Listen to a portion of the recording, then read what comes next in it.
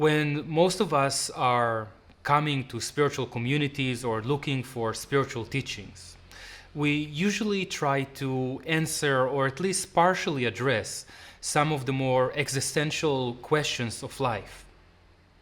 What is this place? What are we doing here?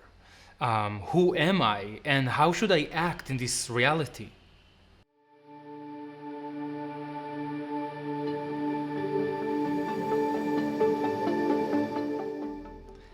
Namaste, hello, and welcome to another episode of Tantric Thoughts, the Foundation series.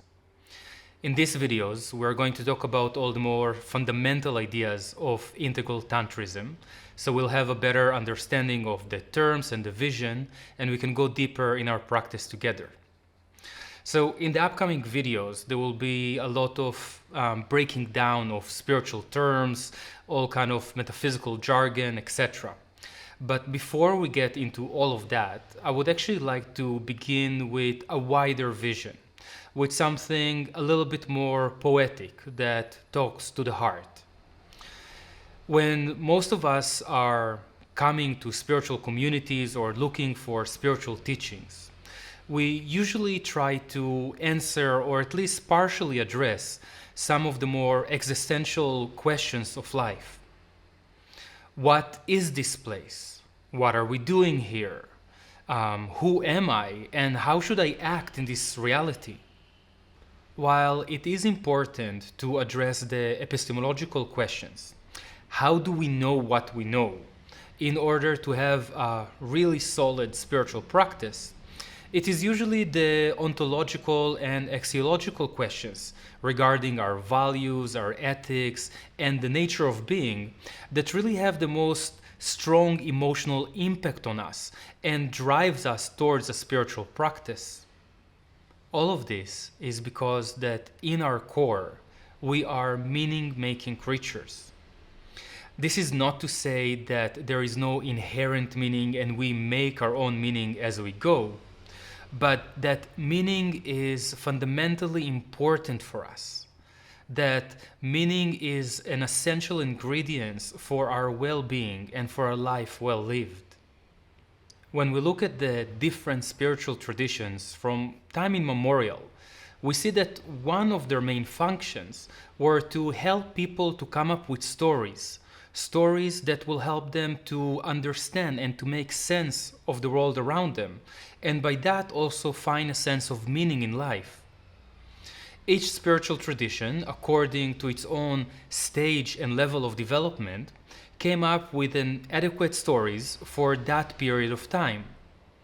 Those stories were efficient to a segment of time in human history until human life started to evolve to a higher level of complexity, and those stories were just not cutting it any longer. Then we needed to come up with new stories that were more complex, more holistic, and were able to address our life and our experience. When we're looking back at those stories, we can see that they've all started in a more archaic vision of the world. Later on, they developed into a shamanic or a magical stage of development, moving on into a literal mythic, then into a rational vision of the world, and lately even to a pluralistic vision. Right now we're in a place where even this pluralistic vision is starting to run short, and now we will endeavor to come up with a new story, an integral story, a trans-rational holistic story that will allow us to actually deal and make sense of the complexity of the world today. Now, it's important to acknowledge before we even try to do something like this, is that we are not attempting to arrive at any kind of absolute conclusion, to reach an absolute truth, to come to the highest knowledge and finally figure out how it all works. What we're trying to do is just to take the next step, to move on to the next segment, to come up with a story which is efficient enough to deal with the complexity of things as they are today. And just like all other stories that came up until now, It will also run its course at some point or another and will not be sufficient enough anymore for us. And we will need to come with a new story, an even wider story that will help us to deal with the world as it will be at that point. Remembering that will help us to keep a certain sense of humility and lightness. It will help us to hold things a little bit more loosely as we're going through this journey of making sense of the world and finding a deeper sense of meaning. It is also a very important mark of this integral stage of development, finally realizing that the truth that we're holding, it is not the absolute truth. It is something that helps us in this stage, and all other stages that came before us did just the same. Therefore, they all have their place. All different stories have their place, and they're all sufficient enough to deal with a certain level of complexity.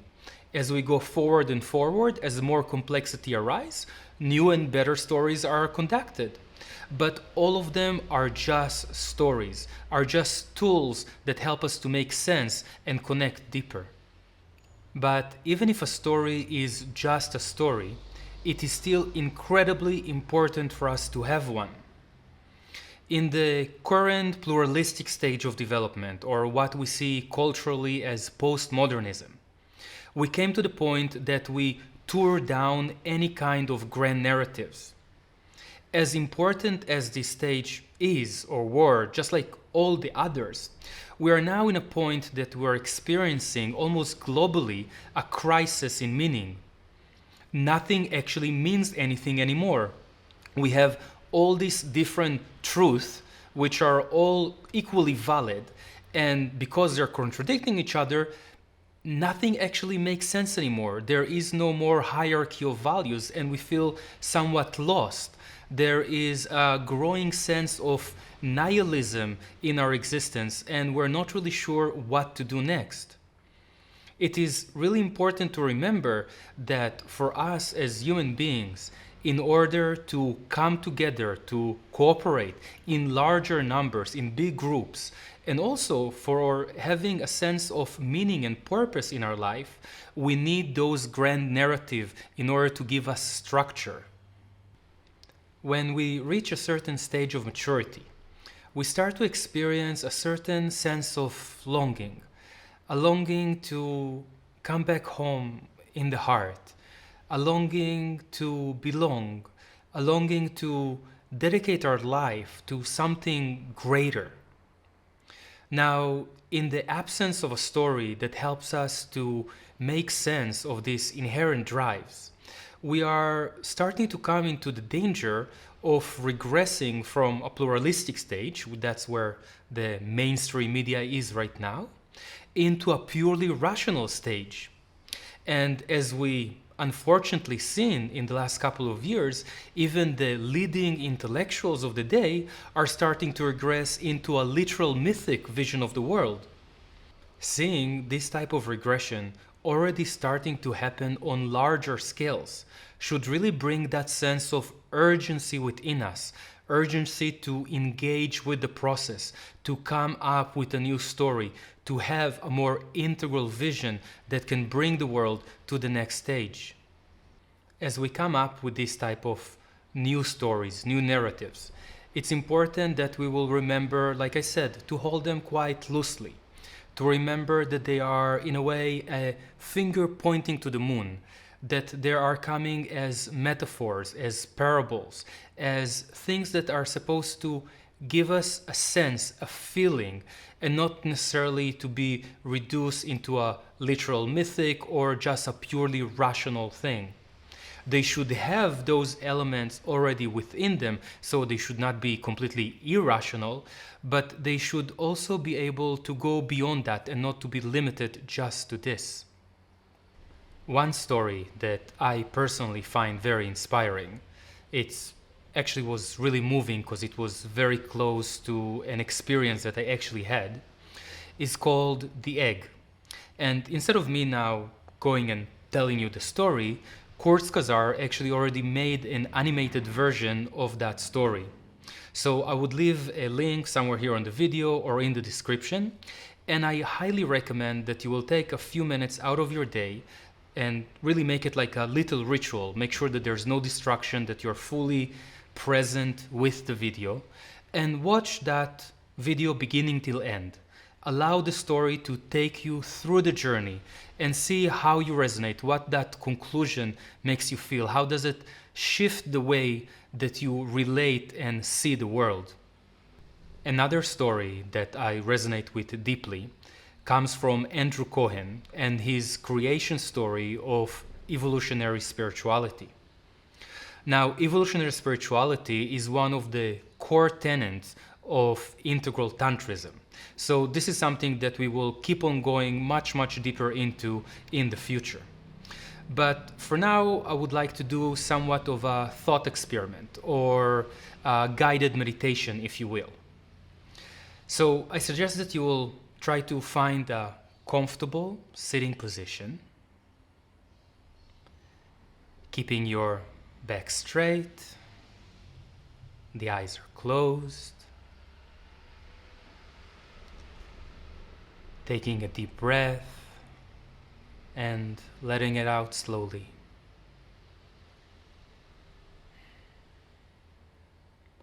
Taking another deep breath and letting it out with a sigh.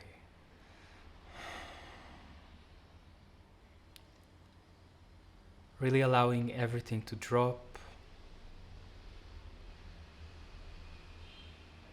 Finding a sense of stillness.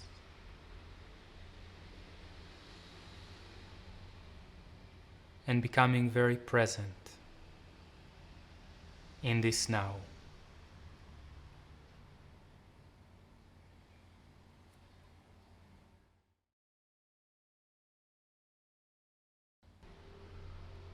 And now, from that stillness, bring yourself to see things from the point of view of God. You are God, unmanifested, pure consciousness, eternal stillness, unwavering perfection. Peace, bliss, pure being. You are there, purely existing for endless eons of no time and no space.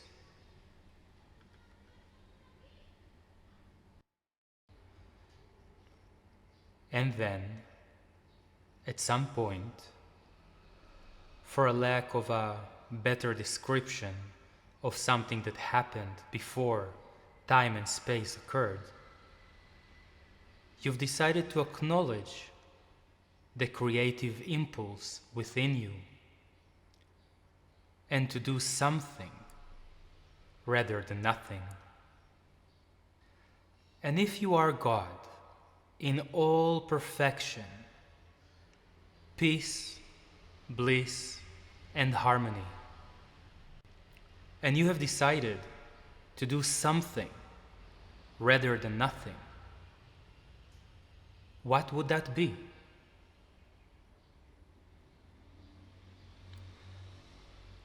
As you are God, all-powerful, all-knowing,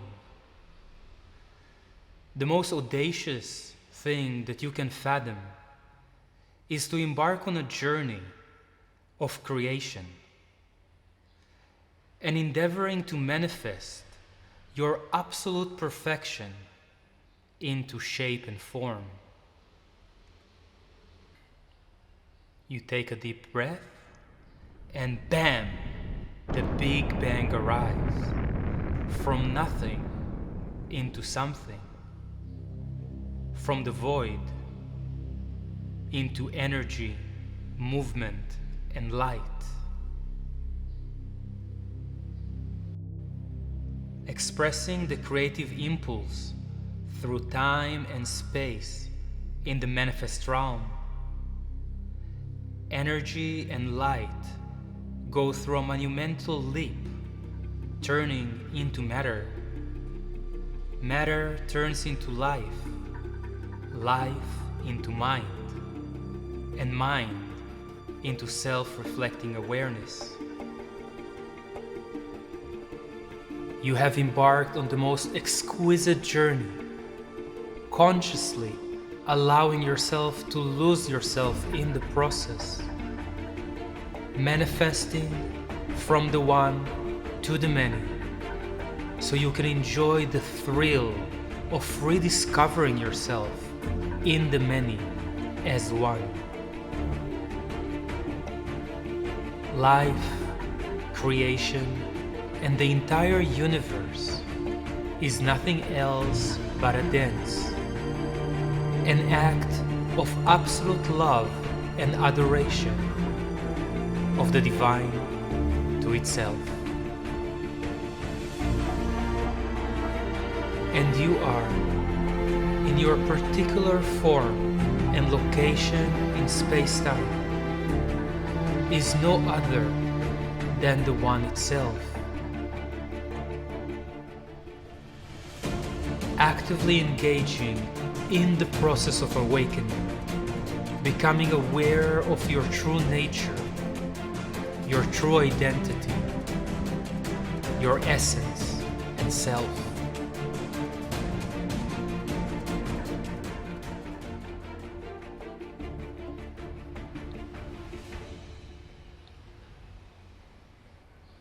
Keeping that sense of awareness, sense of remembrance, rooted and embedded in the heart. A feeling of love and embrace for everything that arises, moment to moment, as no other, no different than your true self. Slowly start to open your eyes,